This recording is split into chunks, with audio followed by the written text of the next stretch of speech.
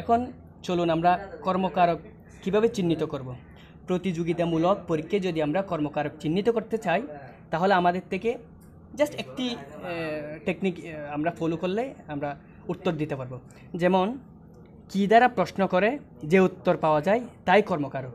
যেমন কী দ্বারা প্রশ্ন করলে যে উত্তর পাওয়া যায়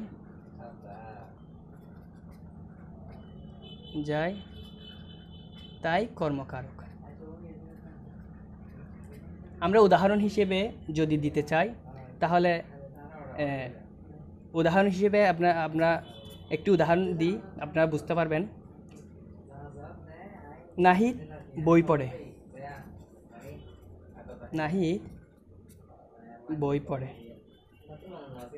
এখন আমরা কেউ যদি প্রশ্ন করে নাহিদ কি পড়ে, তখন আমরা সহজেই বলতে পারবো নাহিদ বই পড়ে। আমরা প্রথমে বলছি কী দ্বারা প্রশ্ন করলে যে উত্তর পাওয়া যায় তাই কর্মকারক।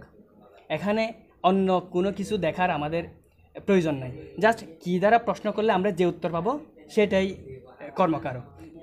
বাক্যে বলা হয়েছে নাহিদ বই পড়ে। নাহিদ কি পড়ে? নাহিদ বই পড়ে। জাস্ট এতটুকু যদি বুঝতে পারেন তাহলে কর্মকারক আপনারা সহজেই পরীক্ষায় চিহ্নিত করতে পারবেন।